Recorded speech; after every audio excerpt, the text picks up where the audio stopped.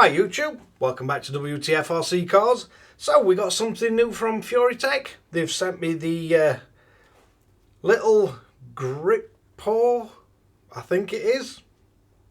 Gripor? It's basically a transmitter and receiver for the Micro B. This would come in very useful if you're doing the brushless conversion using the grasshopper system, I think it were, which we've already got in here, and you just want another transmitter receiver to run this. So this is around $39.99 in US, so not an expensive piece of kit, but let's bring you in, show you a close-up look, have a look what we get in box and see what the functionality is. So here we have the little box it comes in. Not a great deal on box, so we're not wasting a lot of time with that. Let's get it open, see what it comes with. So there we have a little receiver, and then very well packaged up. We've got as transmitter, curious design that the base comes disconnected and wrapped up in cling film. But this is the main head of the transmitter. We've got a channel 3 button, we've got reverse, we've got trim for steering, we've got trim for throttle, and then it looks like dual rates. We've got a little on-off foam wheel, which I do quite like. I like the feel of the foam wheels rather than the plastic ones.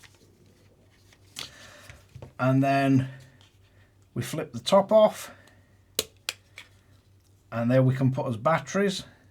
Now it does say positive and negative on that bit, so looks like we've got to use AAA batteries in this. Not a great fan of using AAAs, but we'll grab some of them.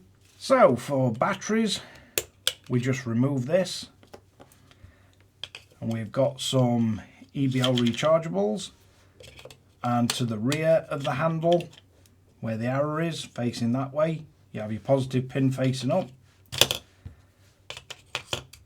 negative base facing up on the front ones, and then you just clip that in, clip it down, pretty straightforward. You've got the release button for this handle on the back, so we just line the transmitter handle up with the top, put it on. To take this off, you just press that button and slide back, and then if we power on, you get quite a loud beep and the transmitter lights on. So let's have a look what we get in the receiver bag. Right, so in with the packaging, we get the receiver, and anybody that watches my channel will know I really like these resealable zip bags. Basically, because we can keep all of our C-bits in them. And it's harder to lose a bag than it is to lose tiny little parts. So, we do get a little sticky pad. Let's get these out so we can have a good look at them. So we get a little sticky pad to stick us receiver down. We also very nicely get 2 of these adapters that go from your standard input of a servo plug to the micro plugs. So they're going to come in really handy. Nice that you get 2 of these. I'm guessing we've got servo and ESC. Not sure if we've got anywhere to plug the transponder on this, but let's have a look. We also get the instructions, which I'll go through in a moment. Do like the way the FURITEK stuff is packaged. So we've got as receiver with its tiny antenna, and this is a very small receiver. So it looks like we've got an input for the ESC, which is micro plug, and most of the micro servos and speed controllers are on these micro plugs. So we've got an input for one of them, we've got an input for another one, and then we've got what looks to be just power. So I'm guessing that one would be for a transponder. But let's have a quick look through the instructions. Now, I will do my best to get you a picture of this and blow it up on screen, because again, with micro components we have micro instructions. Right, so looking at it, we do have channel 2 on the centre. Channel 1 is the shorter of the 3 pin connections. This one is a power out for your transponder, also on a micro plug, which, yeah, I like the look of that. This is where it gets confusing, the way it tells you to turn on the transmitter and then turn on your receiver and press the bind button. But looking around it, I could forgive anybody for thinking, where on earth is the bind button? It's basically here. You can just press it. So that's good. That's an interesting one. Maybe they should have cut that out so you can see that it's an actual button. Also, something to bear in mind when you stick this down, the logical thing would be the flatter side, stick it down in the RC, but I strongly suggest trying to stick this side down, because you're going to need to get to the bind button. And of course, if you do stick it down, if we stuck it down that way, maybe you could press on it to press the bind button. I can feel it engaging, but we'll have to see how that goes. We've got a lot of sticky tape, so I think logic would suggest it's probably better trying to stick this side down, even though it's not the flattest, and then at least you can get to the bind button.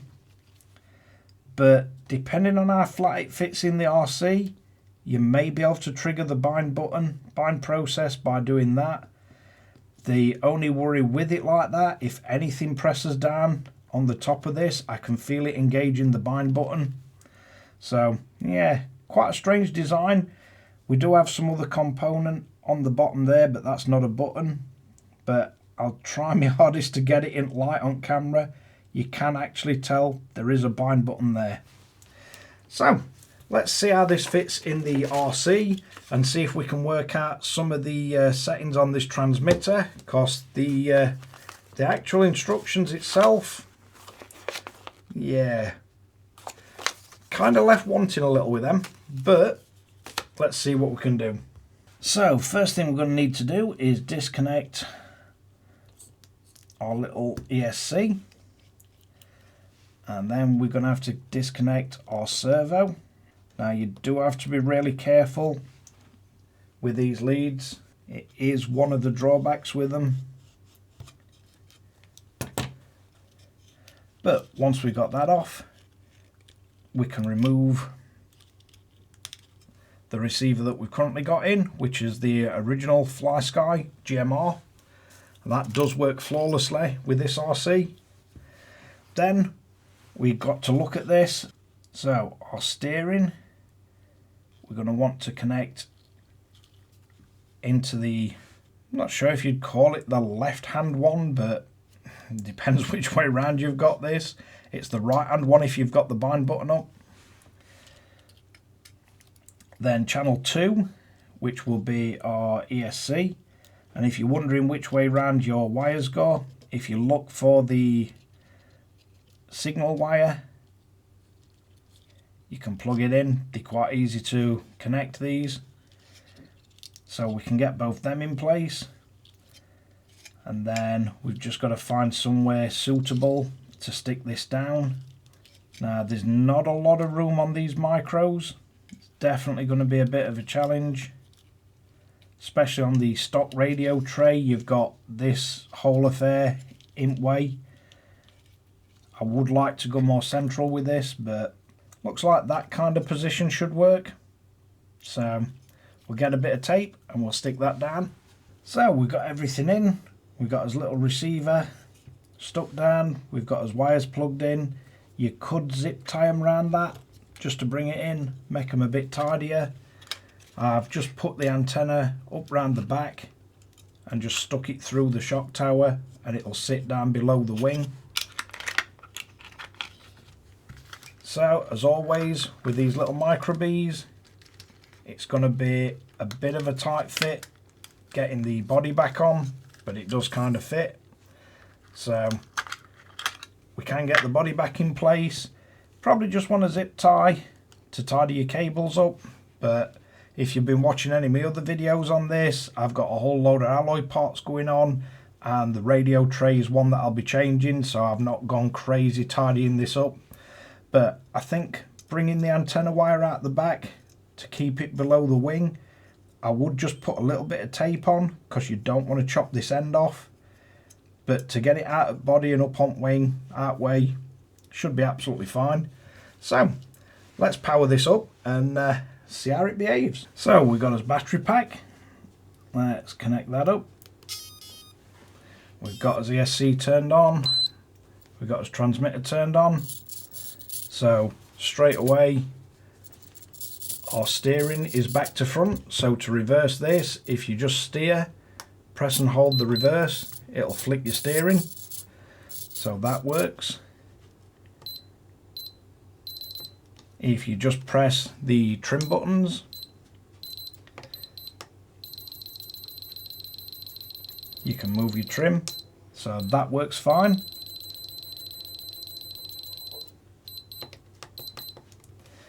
Does look like you get a double beep, although it looks like we're slightly oversteering, so see if we can work out how to do the yaw rates. So to set up our steering, you've got your yaw rate. So what I would do is, if we just press on the trim, left or right, or plus or minus, we can set our centre first. Then you want to turn wheel, see which way it turns furthest.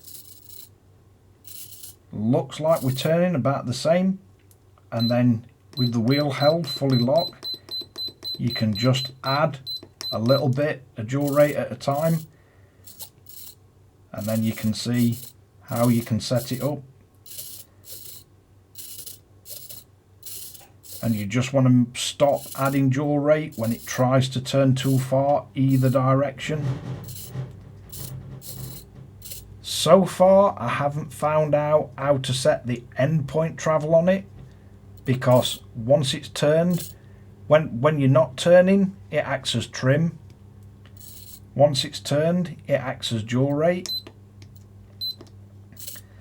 So we have got the yaw rate for the steering, then we've got his throttle.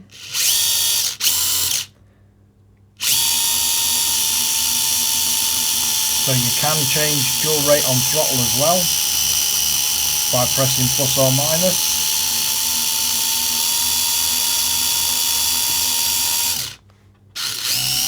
That'll also do your reverse as well. So we do have yaw rate and you do have trim. Just don't touch the throttle and it should adjust trim. So if we keep pressing forward, you'll see it just starts.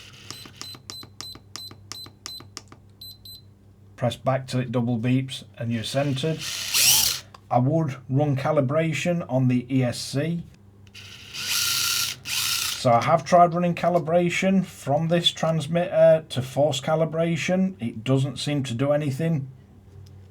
So you will have to use the Bluetooth dongle and the app to put it into calibration mode, because although it works fine with the Fly Sky, but when you turn this on with the trigger held forward and you turn the ESC on, it doesn't trigger the calibration mode, which is a bit strange. Seems though this is all FURITEK, and the other way of doing it was the Fly Sky receiver and the NB4 Pro Plus, and that did trigger the auto calibration, but I can't seem to get it to do it on this at all. If I turn it off and hold full throttle or full reverse, I've tried both, it doesn't enter calibration mode at all. It just powers up and works. So that will full throttle. If I try full reverse, again, doesn't go into calibration mode. So yeah, strange that the calibration mode don't work. So we have worked out how to do the adjusting the yaw rates. You either pull throttle or brake or turn, and then plus or minus will do your yaw rates. If you leave it, plus or minus will do the actual trim instead. But yeah, it does work. It's all fastened in, it's all attached. It does fit under body. Curious that the bind button isn't cut out, but yeah, if you're looking for a cheap transmitter, it will do the job. You can set the steering up so it looks relatively okay. But yeah, for a cheap little transmitter and receiver, it will do the job. You do have the optional power out for a transponder, and certainly big help coming with these little adapters. So if you've got the standard plug on your servo and you've not cut it off and put a micro on like I have, you'll definitely have a lot more choice without cutting or soldering. I know a lot of guys don't like or don't have soldering equipment, but yeah, it does fit, it does go in. You'll certainly have more room if you've got an aftermarket radio tray, but this is the same for any receiver or anything. But yeah, it's just a quick guide on how to use it. No instructions as to how to use this, so I'll have to have a look on FURITEK's site, see if they've got an advanced manual. Straight out at box it needed servo reversing, but for that all I did is turn the wheel, press and hold the button, and it'll reverse it. So again, turn wheel any direction, press and hold the button, it'll reverse it. And I'm guessing it does same for throttle, but the throttle was the correct way round. Really depends what RC you're putting it in and which way round servo's mounted, also which brand servo you've got, because quite a lot of them are opposite way round. But yeah, it does all fit. It's quite a comfortable transmitter. No problem with my great big hands. Only thing that I find strange is it can't trigger calibration. I'm not really sure why, but you can do that from the Bluetooth dongle and the app. That's nice and easy. Would like to be able to set separate endpoints, but it does have dual rate to let you adjust that. And to say this is working with a very unforgiving solid servo arm, I'm not really having problems setting travel up or steering. Pretty easy to use. Could have done with instructions on how to change dual rates and how to get it into reverse. And I would like to see endpoint adjustability. Not saying it hasn't got it, but I can't work any way of doing it, because all we seem to have is trim on throttle, trim on steering, your steering, and then if you steer and press these, it alters your dual rate, which does both directions at the same time. And if you steer and press that, or throttle and press that, it will reverse it. You do have the third channel, but it's only a 2-channel receiver. I'm guessing if you press that and that, it'll reverse the third channel as well. You get a long beep when it's reversed, short beep when it's back. But yeah, that's the little FURITEK gripper.